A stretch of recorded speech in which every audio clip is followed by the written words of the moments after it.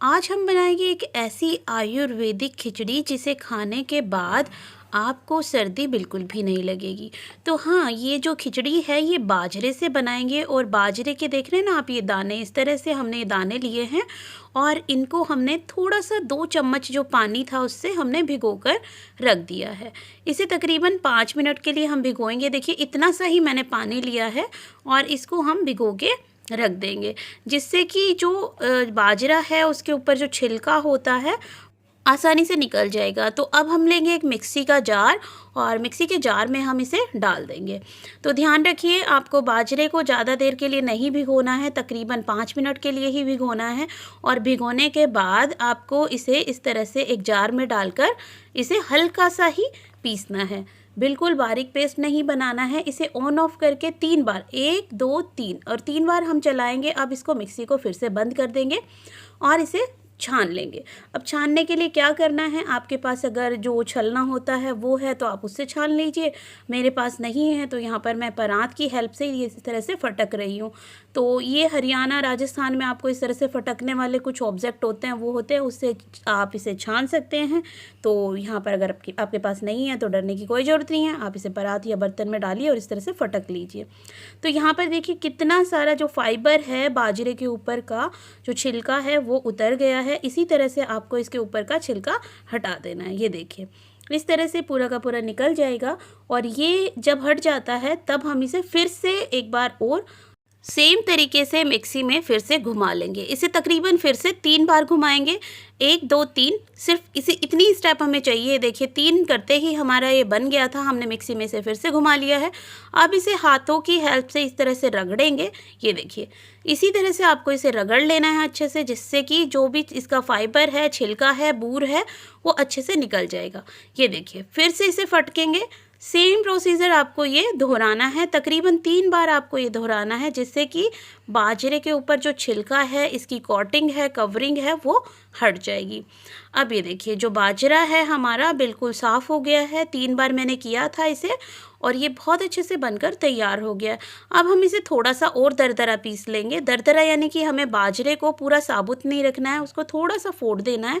तो ये देखिए तैयार हो गया है। अब हम एक कुकर लेंगे, यहाँ पर मैं कुकर में डाल रही हूँ पानी। तो यहाँ पर मैं आधा कुकर भर लूँगी पानी से, इतना ही आपको यहाँ पे पानी डालना है। जितना आपने बाजरा लिया है उससे डबल यहाँ पर पानी लगेगा।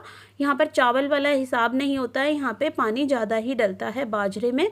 जब आप बाजरे की खिचड़ी बनाते हैं तो जैसे 1 कटोरी आपने बाजरा लिया है तो यहाँ पर तकरीबन 6 कटोरी आपको पानी डालना पड़ेगा। इस तरह का आपको रेशो रखना होता है। तो यहाँ पर मैंने इसको पतीले को अच्छे से भर दिया है, कुकर को अच्छे से भर दिया है पानी से। अब हम इसमें डालेंगे नमक और थोड़ा सा डाल देंगे हम जो मूंग दाल होती है, साबुत मूंग दाल, यहाँ पर वो डाल रहे हैं। आप चाहें तो इसमें चने की दाल भी मिक्स कर सकते हैं। हम यहाँ पर मूंग दाल से बना रहे हैं, चने की दाल से भी ये बहुत टेस्टी बनता है। आप दोनों तरीके से इसे बना सकते हैं। तो यहाँ पर हमने नमक डाला और इसे अच्छे से एक बॉईल आने देंगे। तो यहाँ पर बॉईल आ गया है। अब हमने जो बाजरा रखा हुआ था वो सारा का सारा बाजरा इसमें ऐड कर देंगे। ये देखिए बाजरा हमने डाल दिया है। अब बाजरे के ऊपर जितना भी फाइबर और बच गया था वो सारा का सारा इस तरह से ऊपर आ जाएगा। आपको एक स्ट्रेनर की हेल्प से ये वाला फाइबर भी निकाल देना है। तो यहाँ पर जो बाजरा है हमारा एकदम से टेस्टी वाला बनेगा, जो कि हमारे ट्रेडिशनल तरीके से बनता था।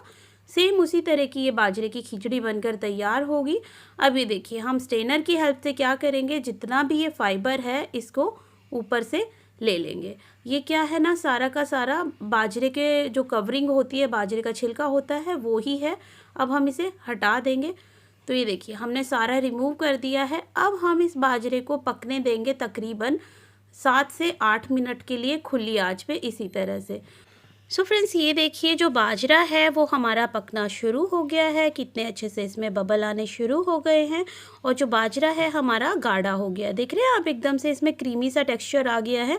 ये देखिए, पर अभी हमारा जो बाजरा है वो खिचड़ी है बनकर बिल्कुल भी तैयार नहीं हुई है। इसे हम लगातार नीचे से चलाते रहेंगे, वरना ये नीचे चिपक जाता है, लग जाता है और आपके बाजरे के जो खिचड़ी है उसमें जलने की स्मेल भी आ सकती है। तो अब हम क्या करेंगे ना, इसमें तकरीबन 2 टेबलस्पून घी डाल देंगे। शुद्ध देसी घी डाल रहे हैं। जब हमारा ये बाजरा अच्छे से गाढ़ा होना शुरू हो जाए तब इसमें हम डाल देंगे शुद्ध देसी घी और थोड़ा सा पानी डालेंगे जिससे कि ये लगे ना नीचे, और कुकर का ढक्कन लगा देंगे और ढक्कन लगाकर इसे तकरीबन 2 सीटी आने तक मीडियम आंच पर पकाएंगे। ध्यान रखिए आप इसकी आंच को हाई नहीं करेंगे, आप इसको सिम पे रखेंगे या फिर मीडियम पे रखेंगे। तो देखिए हमारे कुकर में 1 सीटी आ गई थी। अब हम इसे खोलकर देखते हैं कि हमारा जो बाजरा है उसका हाल क्या है। तो यहाँ पर हमारी 1 सीटी आने के बाद जब हमने इसको ढक्कन को हटाया तो देखिए इस तरह से आपको बाजरा एकदम से गाढ़ा गाढ़ा दिखाई देगा। आप इसे अब नीचे तक चला के देखिए, देखिए बिल्कुल भी नहीं लगा है क्योंकि हमने इसमें ठंडा पानी डाल दिया था। बिल्कुल भी गर्म पानी नहीं डालना है, ठंडा पानी डालकर ही इसे चलाना है। अब ये देखिए, अब इसको हम अच्छे से मिक्स कर लेंगे। अब इसे लगातार हमें सिम आंच पर पकाना है तकरीबन 10 मिनट के लिए लगातार चलाते हुए। ये देखिए इसी तरह से आपको इसे घोटना है। ये आपको बिल्कुल जैसे आपकी दादी नानी आपके घर में बनता था इसी तरह से बाजरे का टेस्ट लगेगा अगर आप इसी तरह से पकाते हैं तो। ये देखिए हमारी जो दाल है वो भी बहुत अच्छे से पक चुकी है, बहुत ज़्यादा टेस्टी हो गई है, क्रीमी हो गई है। इतनी ही सॉफ्ट हमें ये दाल चाहिए थी। अब हम क्या करेंगे, इसमें थोड़ा सा पानी और मिलाएंगे 1 गिलास के आसपास और इसे तकरीबन हम 5 मिनट के लिए और पकाएंगे। तो इस खिचड़ी को बनने में लगती है तकरीबन आधे घंटे के टाइम लगेगा इसे बनाने में, और आधे घंटे में ये आपको बिल्कुल जो घंटों हमारी दादी और नानियाँ लगी रहती थी वही वाला टेस्ट इस खिचड़ी में आएगा। सो फ्रेंड्स सेम इसी तरीके से आप पकाइएगा। अब ये देखिए कड़छी को हमें कैसे घुमाना है कुकर में। कड़छी को हमें सीधा नहीं घुमाना है, कड़छी को हमें उल्टा ही घुमाना है। अब यहाँ पर मैं थोड़ा सा नमक और ऐड कर रही हूँ क्योंकि जब हमने कुक किया था तब नमक डाला था और थोड़ा सा अब डाल रही हूँ। इससे क्या होगा ना, जो आपका खिचड़ी है उसमें नमक एकदम से परफेक्ट डलेगा। तो दोनों का ध्यान रखिएगा, स्टार्टिंग में जो नमक डाल रहे हो उसका अमाउंट और इसका अमाउंट ज़्यादा बिल्कुल भी नहीं होना चाहिए। आपको 2 टुकड़े में नमक डालना है। तो फ्रेंड्स अब हम खिचड़ी को सिल्की सा टेक्सचर देने के लिए खिचड़ी को लगातार चलाते हुए पकाएंगे। और ध्यान रखिए जो कड़छी है आपकी, जो चम्मच है, वो आपको सीधी नहीं चलानी है, आपको वो उल्टी ही खिचड़ी में चलानी है। ये देखिए और खिचड़ी है हमारी एकदम से अच्छी वाली बन गई है, इसमें बबल्स बनने शुरू हो गए हैं। और ये देखिए आपको खिचड़ी के ऊपर एक मलाई सी आती हुई दिखेगी, एक लेयर होगी जो कि आपको जैसे दूध ठंडा होता है उसमें मलाई दिखती है ना, सेम वैसी वाली ही आपको लेयर दिखेगी। सो इसका मतलब है कि जो आपकी खिचड़ी है वो बनकर तैयार हो गई है। आपको अब करना कुछ नहीं है, आपको एक बार और टेस्ट करके देखना है कि आपकी खिचड़ी बनी है कि नहीं। उसके लिए एक तरीका होता है, आप एक प्लेट लीजिए, उस प्लेट में थोड़ी सी खिचड़ी का अमाउंट डालकर देखिए और उसको ठंडा होने दीजिए।